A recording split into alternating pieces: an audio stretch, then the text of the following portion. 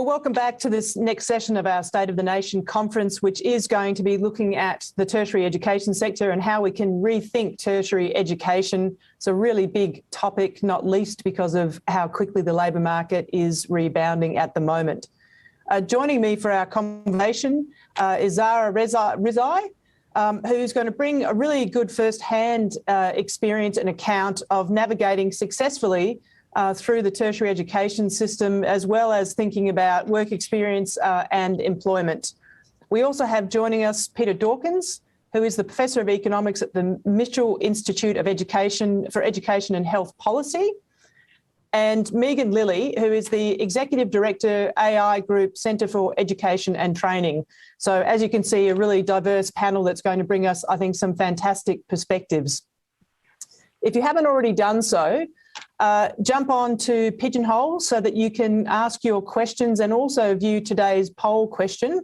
If you are in the live stream, you can just jump on the app. Otherwise, in the browser, Pigeonhole, CEDA.pigeonhole.at, and the passcode is SON 2021. Now, let me set the scene for our discussion now.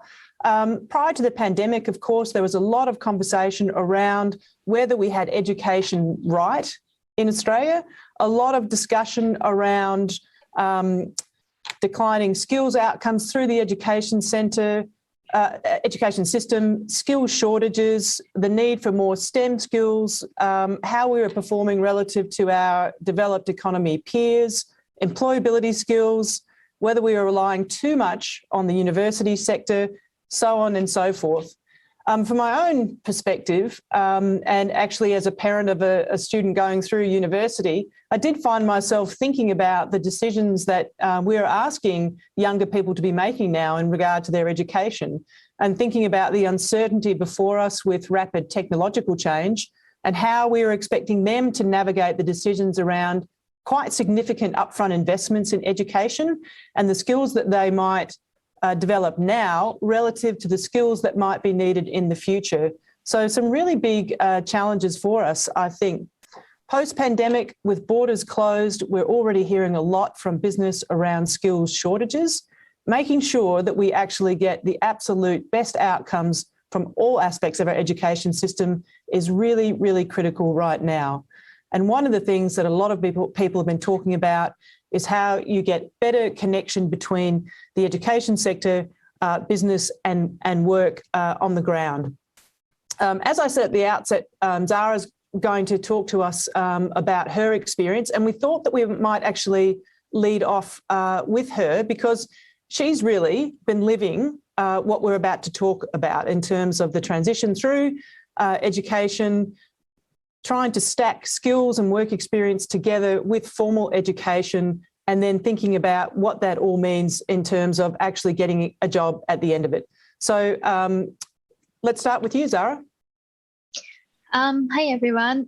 It's Ms. Zahra Rezai, and I will give you a brief intro about myself because I came from Afghanistan, and it's like a big journey for me as like taking education in Australia. So it was like I came with no English at all, and then started from my higher education from year 10. So it was really, really hard when there is no guidance. No one give you the guide, how you're going to do everything. Then once I finished my VC from year 12, then I came to Vic Uni, which is Victoria University. I started as my certificate 4. So from there, my education journey started, and until now, like I'm doing work, everything. So it was good journey, and also a very, very like hard because, you know, study is always hard anyway. Even if it's not your first language in English, but it's hard. So it was a very, very big challenging for me. But as part of after study, when I was doing my bachelor, I did like, it was just 6 months of work experience. Because in my point of view, because I have done my master's in IT. I'm from IT background. So for every education, you need work experience in anything. So then I started as my work experience from, well, it was same from Vic Uni. So I asked for from our coordinator. There is a lot of job, but everyone is keep asking work experience, which is a bit because if you don't have work experience, if you don't do work experience, how you are gonna get job, right? So we need a work experience. So I asked from our coordinator. So don't find a job for us. First, find work experience for us because it's very hard. So then we started like from asylum seeker. There was as a IT section, we was doing all the work experience, and we learned a lot of stuff, new stuff. It was 6 months when I did my work experience from there. Then end of my bachelor, there was the session from e-centric. Interviews was going on, and then I did my interview, and they asked the same question: have you done some work experience? Which I was lucky. I have done 6 months of work experience in asylum seeker as IT section. Then I said, yes, I have done. Then based off that experience, I got my internship. And, I always start with internship as IT perspective, I said. Then after my internship, I have completed like 12 months of internship. Then now I'm working as a full-time at VicTrack. Thanks, Zahra. So let me just ask, so I think a really critical point that you sort of raised was that it's sort of bringing a bit of reality, if you like, to the university around what it was actually going to take to get into a job. So great to have all of the skills, but in some ways you were the connection to the actual job and saying, it's great to have the skills, but no one's going to hire me unless I have experience. So how do we fill that gap in the experience piece? I have to say, it's interesting for me to think that that's not being done more routinely. Tell me a little bit about how I'm assuming you went out and got that work experience yourself, or did the university eventually come and help you do that, or how did that work exactly? Okay. I have a really good tip, which I always say to my friends. You have to make a network, right? At least because as a student, we always go to the lecture room, lab, then straight away home. There is no but the thing was, we was keep asking questions from our coordinator. She's her name is Haushi. I'm not sure if she's still over there or not, but she helped a lot. And everything, we was always next to her door. Can you please explain about this? Can you please explain? Then she was, I was like, can you find a job first? But then we didn't got it. But because of her, we got asylum seeker work experience because she had a friend over there. So it's always good, make a network, which is necessary in every field. So yeah, I noticed one thing because of I have a lot of friends at uni. So they was keep asking, how did you got the job? I said, make a network, good network. Which is true. It's funny, but it's what everyone says as you go through your career as well.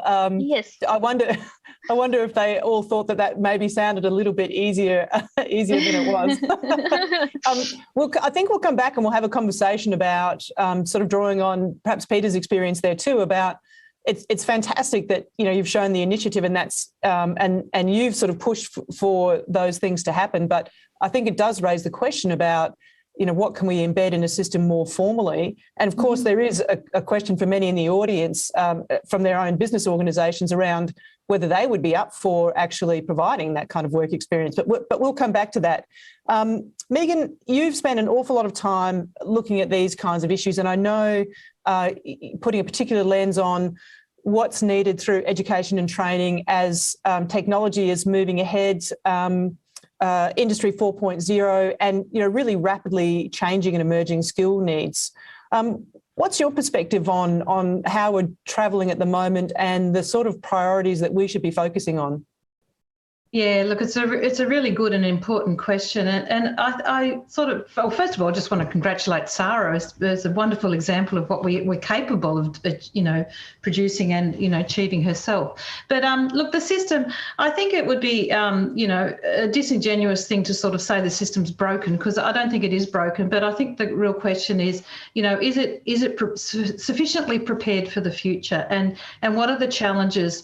Well, we used to sort of say, what are the challenges in the future? But they're actually right here and now. And many of the challenges that we're facing were actually around pre-pandemic, but I think the pandemic's accelerated them, heightened them, and perhaps altered some priorities in those challenges. And you've already noted, Melinda, that many companies are very exercised about skill shortages at the moment, and I couldn't emphasise that enough. It is the #1 conversation anywhere you go, and some of the difficulties are quite intense and extreme. And whilst we've got closed borders, we will be continuing to stare into that, but it does actually help us focus on some of the issues going forward. And of course, the other important thing I think to acknowledge, so that's sort of the pandemic piece, or part of the pandemic piece. The other part of the pandemic piece is we knew that we were, looking into digitalisation of, frankly, across the economy prior to the pandemic. But, really 2020 accelerated that in so many ways for really everybody across the economy in ways that perhaps we, wouldn't have traditionally expected. And, one of the sort of catch cries that I hear all the time is that companies digitalised in 3 months in what would normally take them 3 years. So that's actually created issues around digital capability, both in the workplace but also in the system. So sort of focusing on your question, well, then I think that we have to say that the system really isn't quite up to what it needs to be. I'm talking about the post-compulsory, so vocational and tertiary, or university, for what we need for the future. But we've got a lot of really good things that we can build on and actually open and broaden the space. And I think one of the areas that we need to put focus on is building and strengthening the relationship between all elements of the education and training system and the work, companies, businesses, organisations. There might be community, I'm not being singular about that, and I think that that's the relationship that's a great area for us to focus on. And I know Peter will pick up on that more in a moment. But really, with the lack of international students, many providers within the system have pivoted that way in any case. So that's useful, but to me it's a systemic and policy issue that we need to confront, pandemic or not.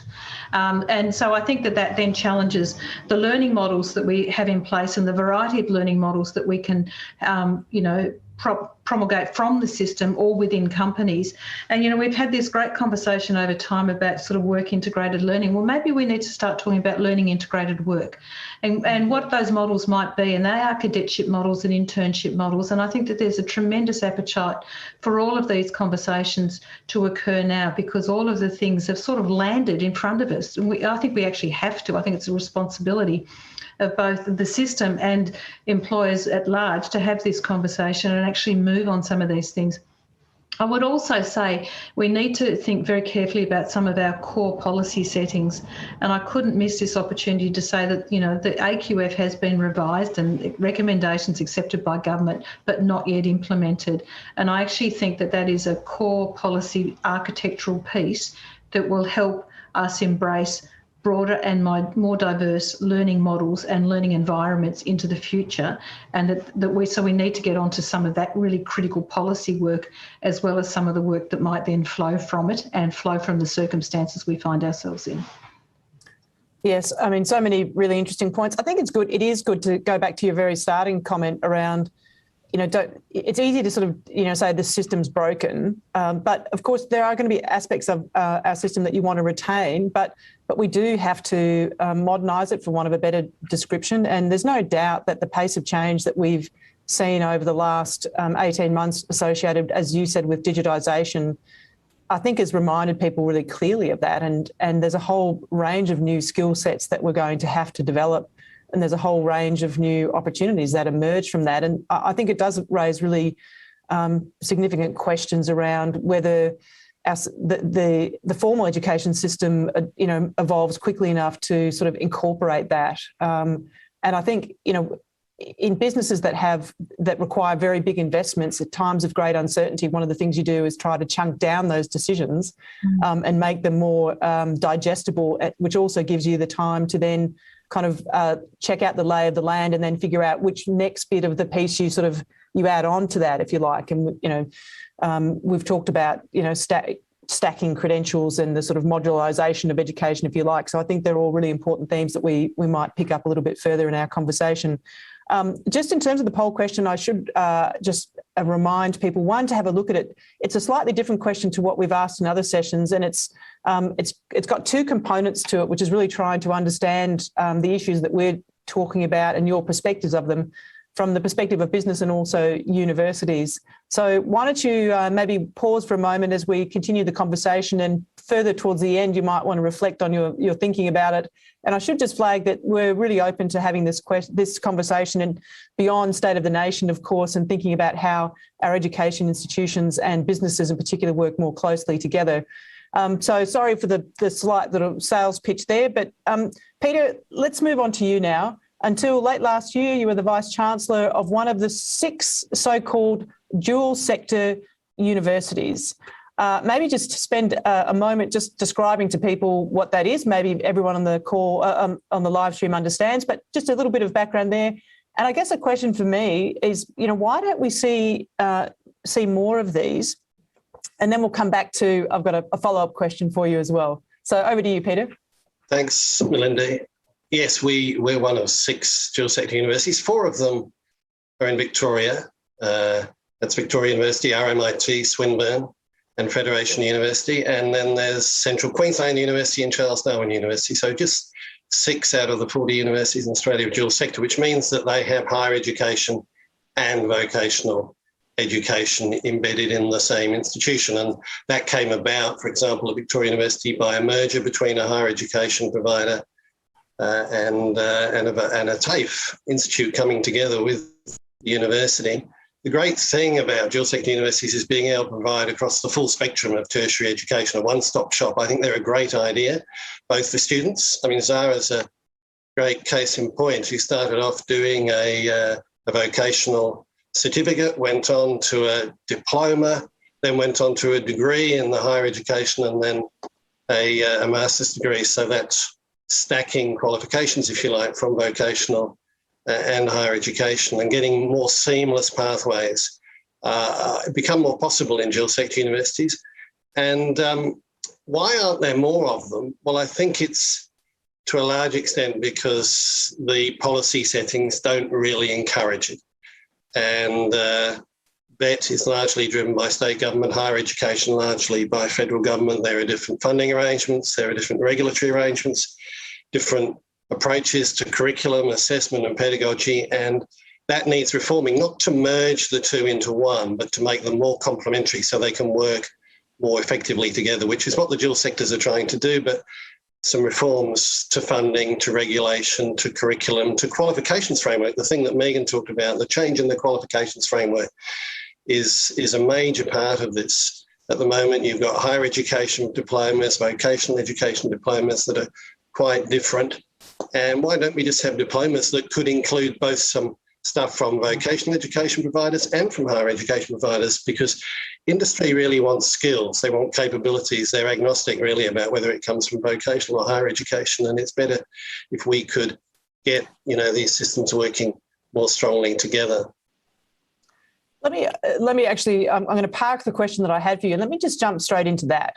It seems really obvious, doesn't it, that that industry wants skills, and of course there is an issue around making sure that there's an accreditation aspect to it, if you like, or that when you hire someone, they actually bring the skills that you expect them to.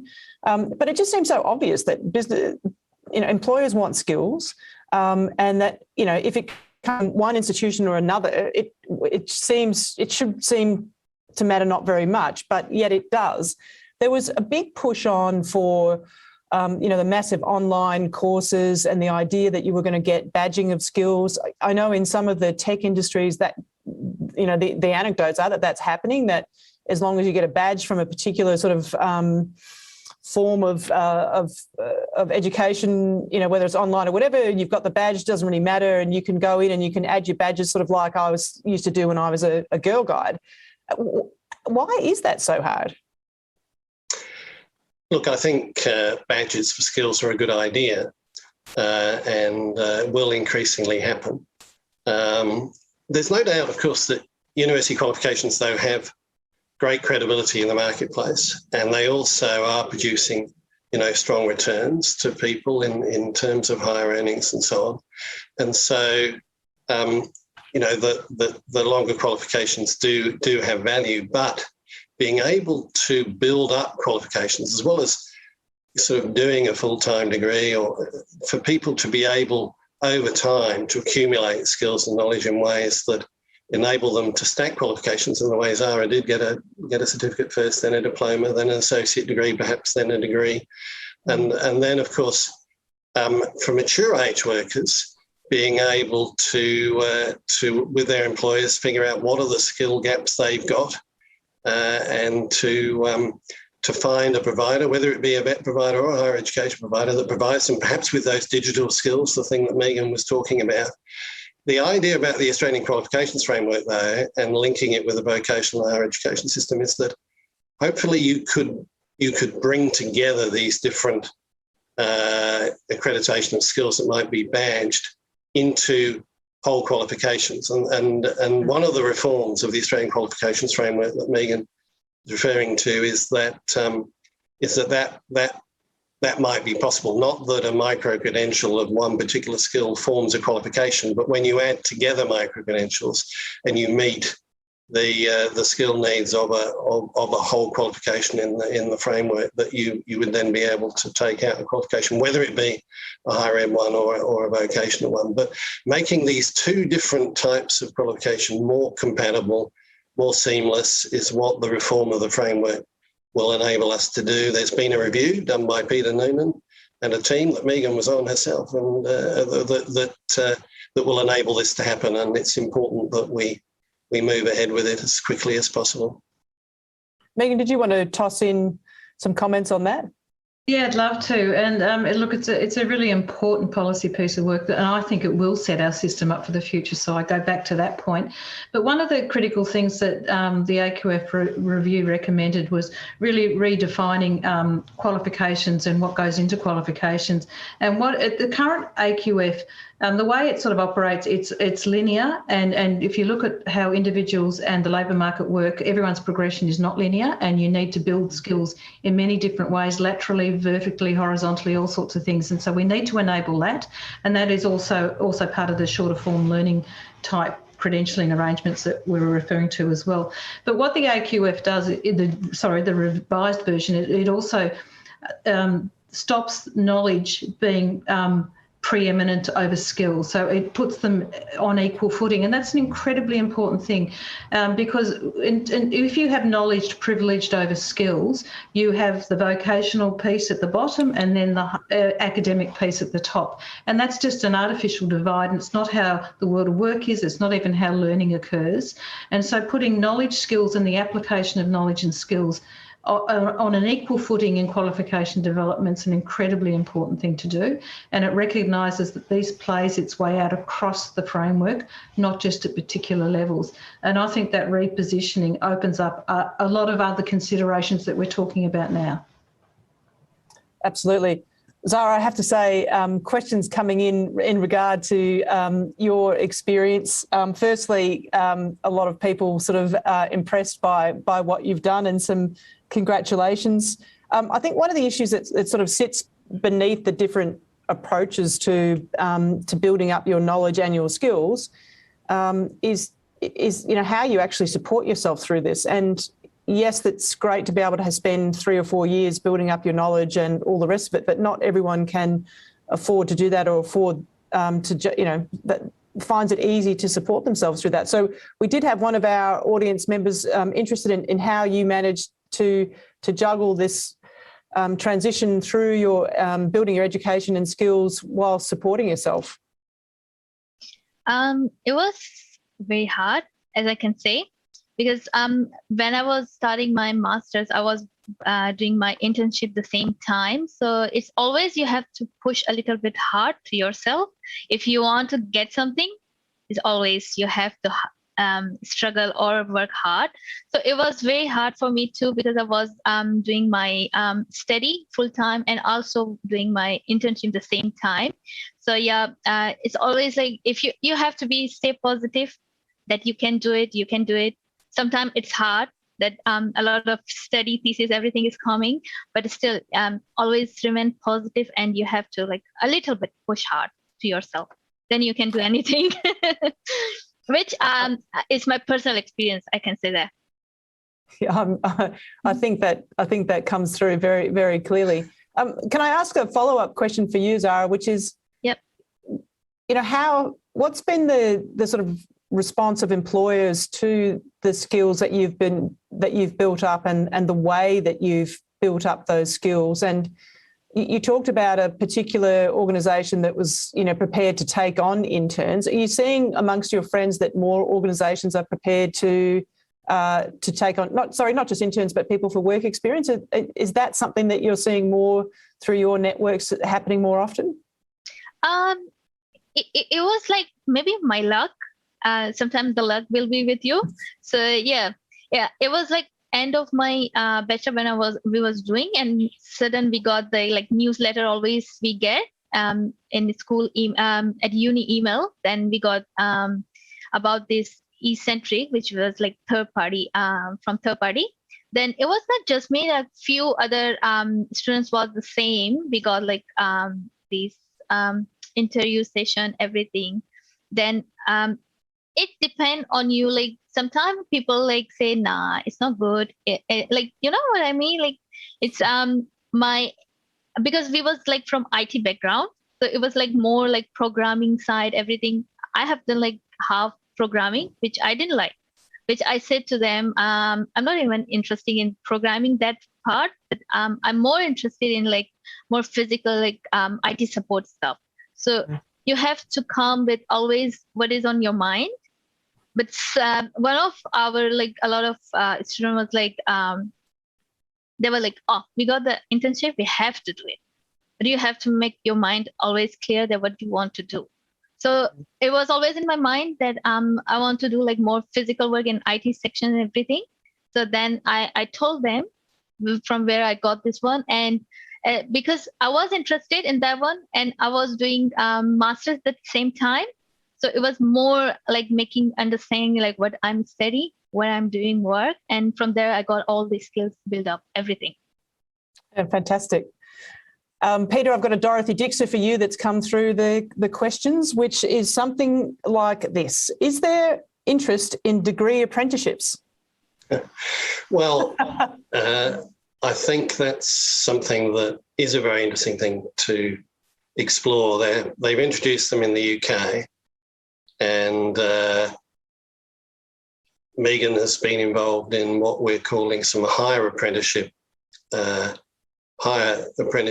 experiments in Australia. And this is a very relevant issue in the review I'm currently involved in. So I'm currently co-leading a review of industry-university collaboration in teaching and learning. What can we do to improve collaboration between industry and university in improving the learning experience of people like Zahra, and to the benefit, of course, of industry and the economy. And it's clear that that take, for example, young people in Australia who moving from education to work. Since the global financial crisis, it has become harder for young people to transition from education to work. It's taking longer for them to get on skilled pathways. There are less entry-level jobs. There's been more competition from older workers. So it has been a tougher period for young people. And one thing that comes through very clearly from the evidence is that, as in Zahra's case, employers are placing a premium on experience. And so in this review, we are looking at the system of work integrated learning that occurs in many universities, where as part of your course, you get some work experience. But I think we're also considering the possibility that we should take a leaf out of the vocational education system, which has more job-driven learning pathways, where, like the apprenticeship system that's traditionally applied to trades that you learn through the vocational system, can we apply that idea to the higher education system, which is what they're doing in the UK, whereby you get an apprenticeship with an employer.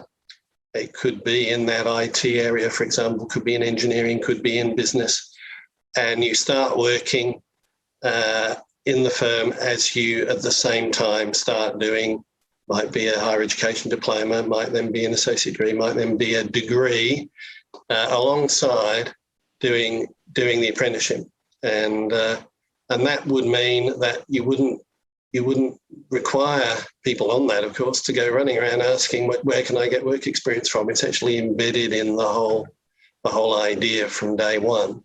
So that's sort of one way of getting stronger connections between employers and universities, and well worth looking at, I think. And Megan's had some experience of some experiments in what are called higher apprenticeships, where I think diplomas have been associated with that kind of job, a sort of an earn and learn model, and so Megan's had some experience of trying to make those things happen, and I think it's showing some promise from the experiments, and so we're looking at whether we should try and generalise this and make this embed this more firmly in the system.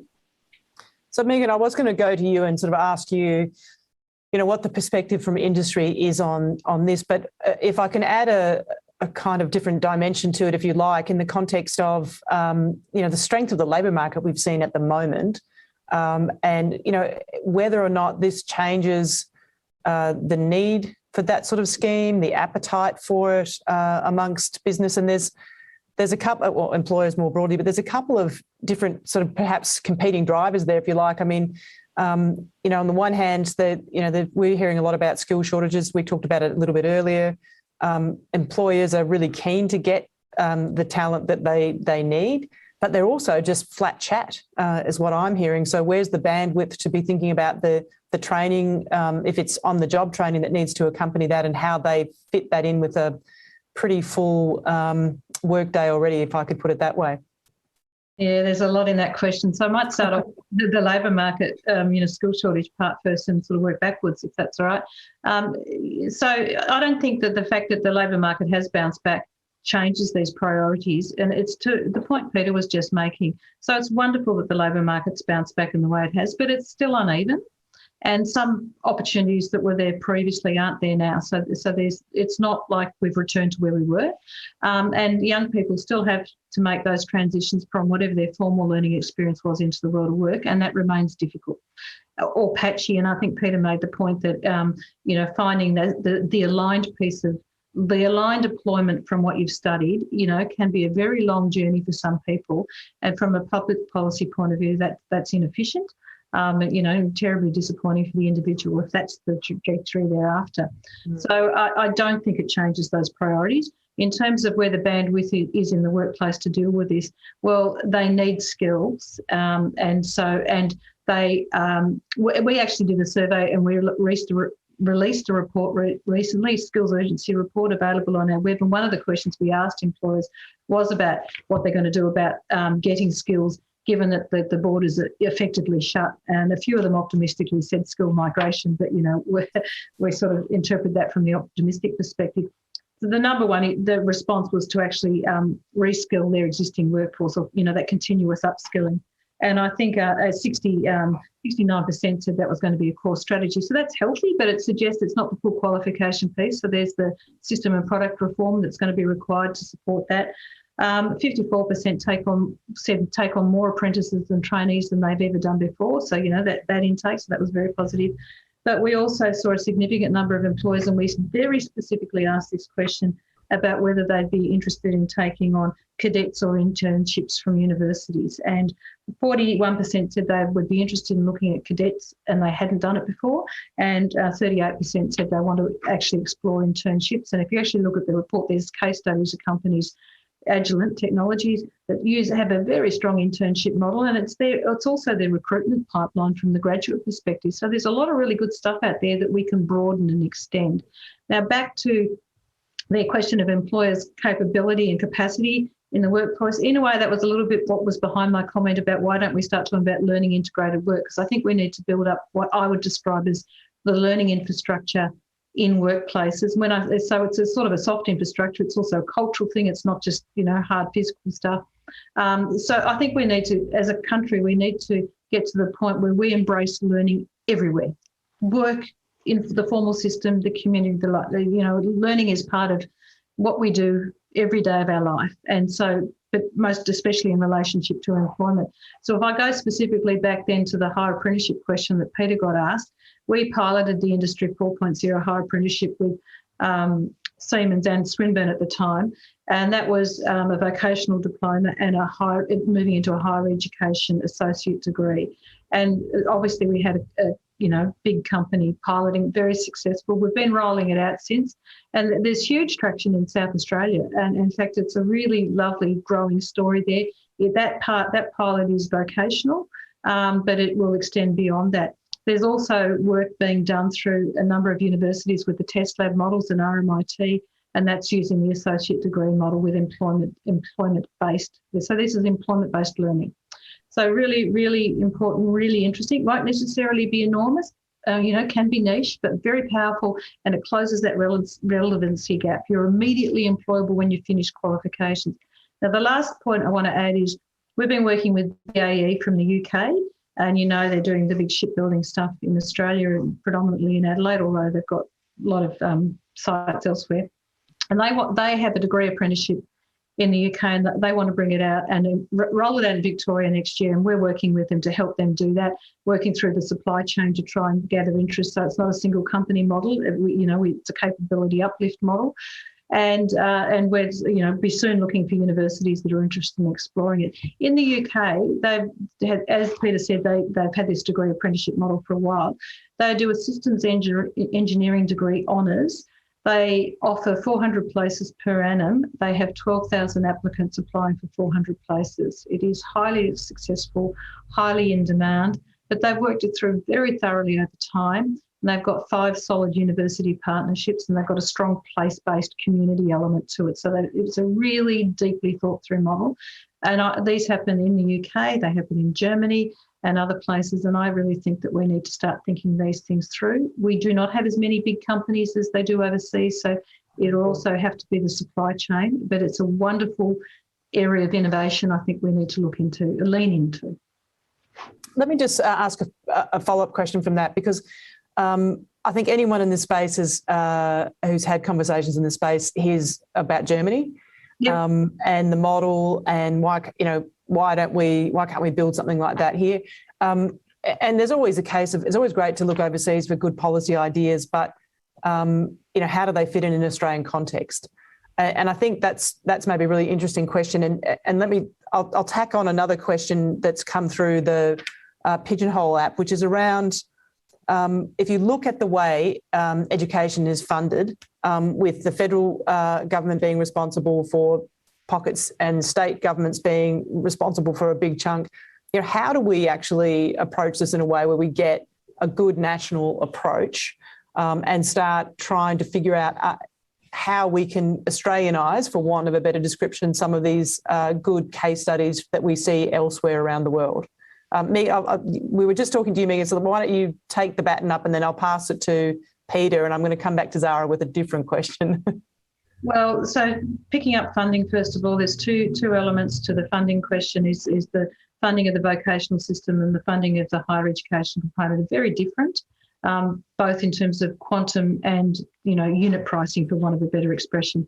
And so if you do, for example, if you do a diploma in the vocational system compared to the same content area but in the higher education system, the vocational system will get 50% compared to the higher education system. So the disparity is hugely problematic. That's only one problem. It's actually then very diverse about which jurisdiction offers what, or funds what, or, and what the fees are. So the National Skills Commission is actually working on some of this at the moment, trying to get the sort of unit sort of benchmark pricing and, doing some modelling around that, which is, incredibly difficult thing. But the other issue is we actually also need more funding. The system needs to be better. And we need some funding over lifetimes. We can't just have a front-end loaded education and training system, although, there's a question of who pays what, where and when over that journey, and that's a really important conversation to have. So that sort of funding piece is important, and I think I've almost forgotten the first part of your question now. The comparison bit. Oh, look, in Germany, I've never been a fan of let's go to Germany and bring it here. I just don't. I think you've got to understand your own cultural traditions and what works, and the structures of society and institutions. And we've got some really good stuff. But I think we should always be open to learning from others. But it is about looking at what is possible and considering how it could apply. And I think if we don't look at what's so Germany's been doing it for a long time, UK more recently. So why have the UK gone down that pathway more recently is a better question to me.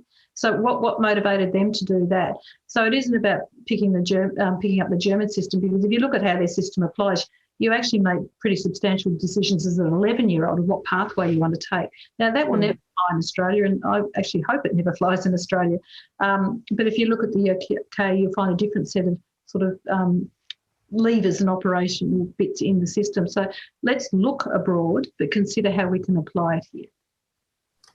Peter, have you got any thoughts on this issue of, Commonwealth state, and is it a big barrier? What can we do about it? Yes, we do need to invest in vocational education more strongly, because it has declined, and higher education has taken up the slack. So there's been a big increase in higher education over the last decade under the demand-driven system, but there's been a corresponding decline in participation in the vocational education system.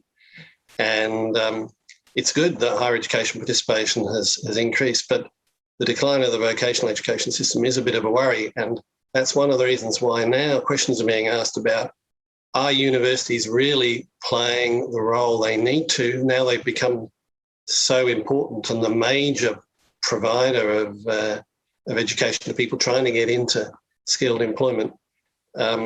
Do they need to think more about the vocational skills and the working with industry? And the same thing happened in Britain, that more and more people were going to university, and then there was this concern that maybe universities have to think about working more closely with industry in the way the vocational system used to. In Germany, of course, the vocational system has got higher status. And this idea, the dual system whereby you do your training alongside the work at the same time in a partnership way, is well embedded in the culture. And so the Brits, I think, had a look at that and said, we've now got to transplant that into our system. And I think that's what we're now looking at in Australia. So get that greater connection between industry and higher education, but at the same time, bolster vocational education and getting it working more seamlessly with higher education. Now, there is a federal state issue. Some people argue that the Fed should take over part of the vocational system, perhaps from diploma, from the diploma level, because you've got these vocational education diplomas that are treated so differently from higher education diplomas. It's also relevant to having the HEC system, the fee help system work similarly across the two sectors. So it's either Commonwealth perhaps taking over a bit more responsibility, or there needs to be a federal state settlement about how to do this in a more seamless kind of a way.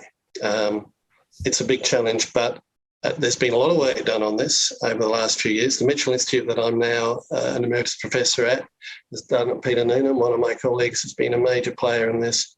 There's been a lot of work on what needs to be done. I think now, going back to your point about the skill shortages we face, going back to the point that higher education's hit a bit of a crisis because of foreign students drying up, we've now got, a little bit of a burning platform. It's not broken, but the challenges are becoming more clear and more transparent, and we need a reform agenda. So I think the time is right to explore all of these issues. And the first step that I'm involved in at the moment is how do we get the higher education system working more effectively with industry? And I think, this is a very important thing to work on. Yeah, thanks, Peter. I'm going to. There's another question that relates to that, but I just wanted to go to Zahra and ask her. Zahra, you talked about that your luck. It would be remiss of me not to provide the feedback that I've heard provided to me when I've said something like that, which is you make your own luck. You've obviously worked really hard. You filled some gaps that you identified in terms of, needing to find some work experience, etc. Peter's not with Victoria University now, so you can say whatever you want now. But when I ask you the question, you went out and did things. You sort of identified this gap. Is it something that you think that the university should have been doing more of or better? And is it a message to other universities and education institutions to actually go out there and be building these networks for their students? Or do you think it's something that is going to rely on students largely driving it themselves and building their own networks? In my point of view, because it's always hard to find a work experience, or for any job, when you start, you need work experience. So there should be like something from maybe school or uni that there should be work experience before you start your career. So yeah, it was, as I said, it was our luck that we got the work experience. If there was not a network, which our one of coordinator helped us. So still I was struggling because I don't know how to do. But if you apply for any job, they want you 4-year or 3-year work experience. For where you're gonna get the experience if you haven't done any work experience, right? So it was just 6 months. Still, if it's work experience, if you do 1 month, still you have work experience. So yeah, there should be always, because mine was IT, and IT don't have as part of the units that work experience you have to do. As engineering, they does have, right? You have to do work experience as part of your unit. Ours was not the same way. So that's why we was a little bit, it was hard. Then we came up with an idea. Let's talk to our coordinator that if she can find us work experience, which was, yeah, our luck again. Thanks. For Megan and Peter, I think, there's a question here that relates to both of you. I think you can answer it from each side of the equation, if you like, which is around, who should really be driving these better partnerships between education institutions, academia, and business. I mean, is it one or the other? Is there someone that needs to be one side that needs to be ramping up more? Peter, you're nodding already. So, look, all three have to work together here: government, industry, and universities. And we don't want to leave it to luck or to chance, and we can't expect every student to have quite as much get up and go as Zahra's got. So that's part of what this review is about. I mean, universities are already doing quite a lot, but they need to do more. Industry looks like it's willing to step up from the data that Megan just shared with us. And in fact, the poll question that we were asking people to fill in, whether they're from industry or from education, is in industry's case, to what extent are they facing skill shortages? To what extent do they think their organisation would be willing to offer things like internships or cadetships or apprenticeships? And for the education people in this forum, are universities that they're at, or the TAFEs that they're at, willing to redesign their courses to meet the needs of industry? So we've all got to work together. Government can help with this, though, by changing some of the settings, so changing some of the arrangements in ways that will help foster and encourage that. And, a good example, I think, of the sorts of thing that needs to happen is the kind of internship that Zahra had.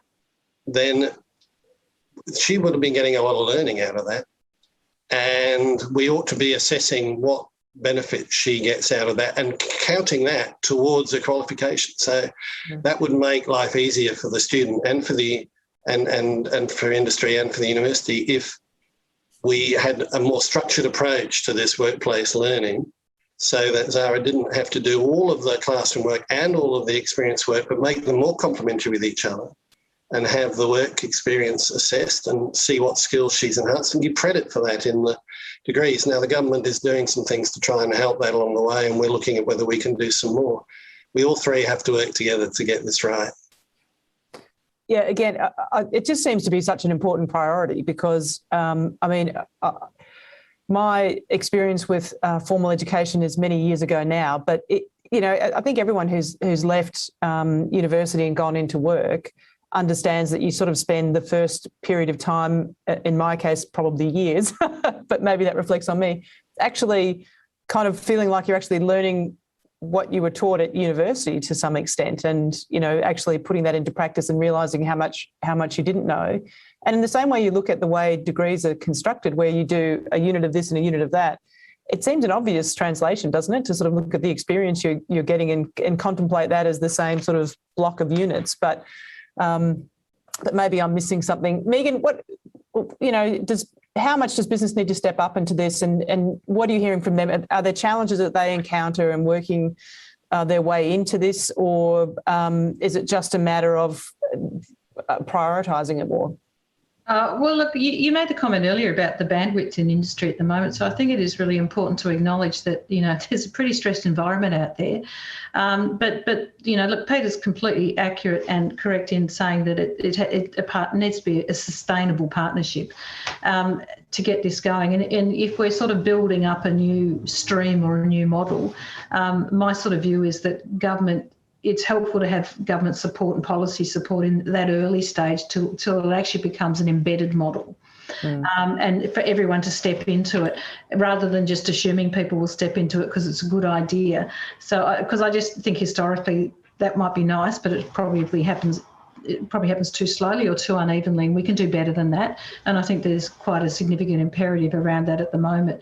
So I think everyone does need to lean into it. I think many companies already do much of what we're talking about, but I would openly and freely say not enough across the board. So the opportunity is to broaden and deepen that.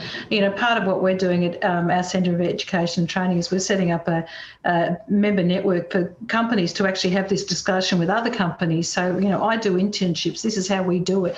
To try and actually build that conversation up in business. So I think, we're sort of leaning into the industry piece, and we work very closely with Peter and the Mitchell Institute and others. And so I think we've all got to own it, dig deeper, roll up our sleeves to make this happen or help make this happen. I don't think we should assume it's easy, and I don't think we should assume it's going to happen naturally, because reform generally doesn't do that. But it won't be sustainable unless it's a partnership. Yeah. I'm going to take one question and sort of twist it into this conversation, as is my want. How I'm going to twist it into this conversation is to say, is there an opportunity to use particular areas of skill shortages that we're hearing a lot about to lead the way here? And the segue into the way the question was framed was, we had a session yesterday on cybersecurity. And whenever you talk about cybersecurity, one of the things you hear all of the time is about just the lack of talent in this space. But the point that was made, and I've actually heard it in another conversation, is that there are transferable skills, or not skills, capabilities, and characteristics of individuals that really lend themselves to cybersecurity, right? And the character traits or the characteristics that were sort of highlighted were the ability to solve problems and curiosity and things like that. And I think I'm right in remembering that one of the examples was that someone coming from a music background actually translated really well in terms of picking up cyber skills really quickly because they had these attributes. So I think there's a two-pronged question there. One, can we use areas of really acute need right now to turbocharge this agenda in a useful way, or does it have to be system-wide? And two, when we're thinking about skills, how do we think about this sort of broader sort of capability piece and reflecting that, where you've got the capability built up in different ways, but it's transferable. Peter, how about we start with you and then Megan?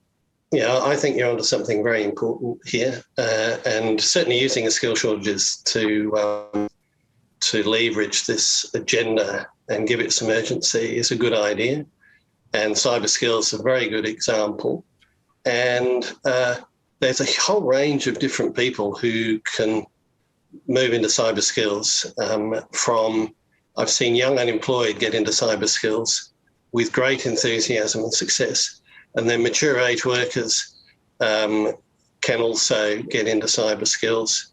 And so I think that there's a whole range of different ways of dealing with skill shortages. The long-term approach is to build from the ground up with things like degree apprenticeships in IT. But in the short term, there will be people who've already shown the attributes that mean they're going to be amenable to that type of skill, and we can implement short courses, micro credentials for people to retrain, reskill, upskill, and so there's a whole sort of menu of different ways of dealing with these skill shortages, all of which involve universities working closely with industry. So yeah, I'm fully support your view of that.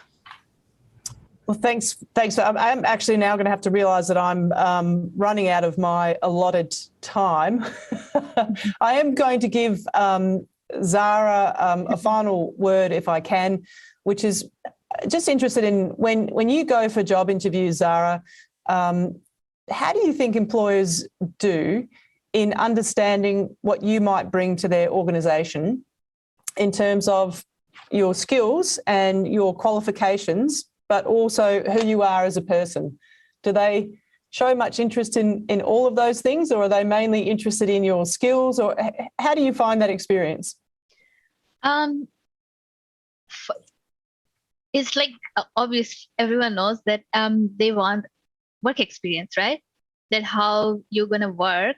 But as like when I started, my first interview was like as an intern. It was just my intro. Who am I? What I'm doing, because there was as like intern, you start. They already know. She don't know anything. So it was about me. Everything they was asking, it was about me. So which was again, it was good for me because at that time there was not that much. It was just basic question: what you have studied, what you have done, all those sort of questions. But yeah, it was more about me. They asked about me. Oh, well, that's good. Yes. That's good to hear. Well, I'm sorry for truncating the end of the conversation. I got too wrapped up in everything that we're doing. We're going to put the poll results online rather than me reading them out, because there was quite lengthy sort of pieces to it. The short take from it is that people are really facing skill shortages in business, and they are looking for new ways to fill those skill needs. So that's a good take. Peter, Megan, Zahra, thank you so much for your conversation today. It's going to be a super short break. Sorry, folks, and we'll be starting soon with our next conversation on the circular economy. Thanks so much. Thank you. Thank you.